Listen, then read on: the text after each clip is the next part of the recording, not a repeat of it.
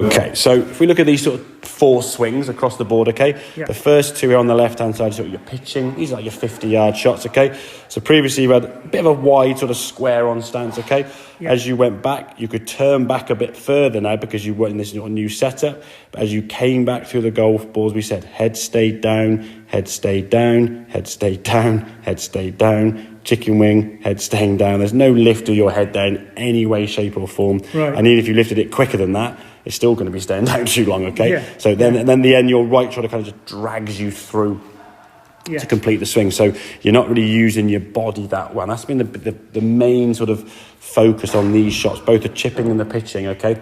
Your body has to move, yeah? If you're focused on keeping your head down, just swiping your arms across your chest, very hard to get a good exactly, and it's very hard to get any kind of consistency, okay? So because you had a slightly smaller stance and this front foot was opened out, the rotation on the way back was a little bit trickier. So if we look here on the left-hand one, there was your length of backswing for 50 yards, which I would say is about your 50-yard length backswing.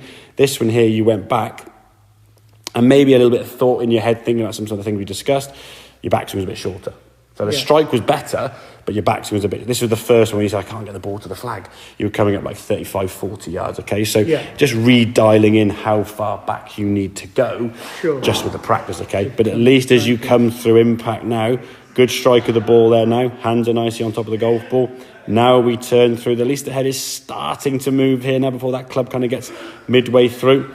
And then we finish now a bit more up on that left side, a little bit more kind of fuller follow through, facing your target, belt buckle, torso, eyes and head, facing and just looking and enjoying the shot. If you thin a golf ball, it is 100% definitely not I lifted my head, okay?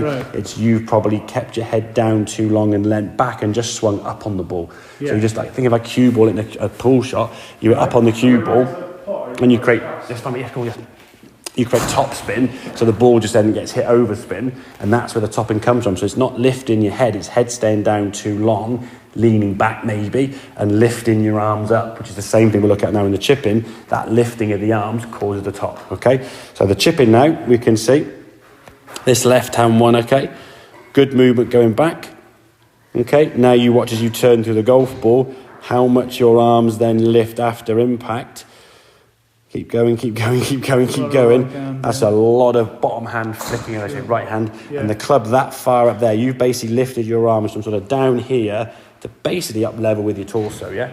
That's just going to go way too far, yeah? And therefore you're going to be trying to sort of flick it and be softer with it, okay? And then around the green, if you're scared of the ball going too far, you're going to swing back less. You're not going to want to move your bigger muscles. Your head's going to stay down too long. You're just going to flick at it every single time, yeah?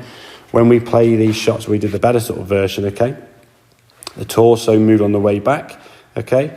Now, your arms are still pointing down to the ground. We want your arms to be finishing down there, yeah? Now, the torso's turning through. It doesn't mean shorter swing by gripping it tighter. It's just moving the arms less, yeah? If you lift your arms up in the air and your torso turns, then the arms get too high. It's not just a smaller swing. I'm still moving the body 100%. I'm still not keeping the head down, as we said. You're rotating and turning through. So when you finish this swing now, you can see yourself looking at target, your eyes, the arms and the club shaft, we say all in that line, yeah? So we're playing a more dead strike by using the bigger muscles to turn through. We're not keeping the head down, stopping and just lifting your arms, because that flicking and lifting of the arms causes the top. And that's been the biggest problem. How many times have we heard that phrase where people say, oh, you topped it, you lifted your head there, Martin, keep your head down. And the more your head stays down, the more you top it. And if you don't top it, you hit the ground a foot behind the golf ball. So you kind of got the lesser of two evils. Okay, do I thin it or fat it? Okay, I'm going over something, I'll just thin it. If don't want to go beyond something, I'll fat it, yeah? Not improving your pitching, is it really, or chipping? So always set up in that sort of smaller setup.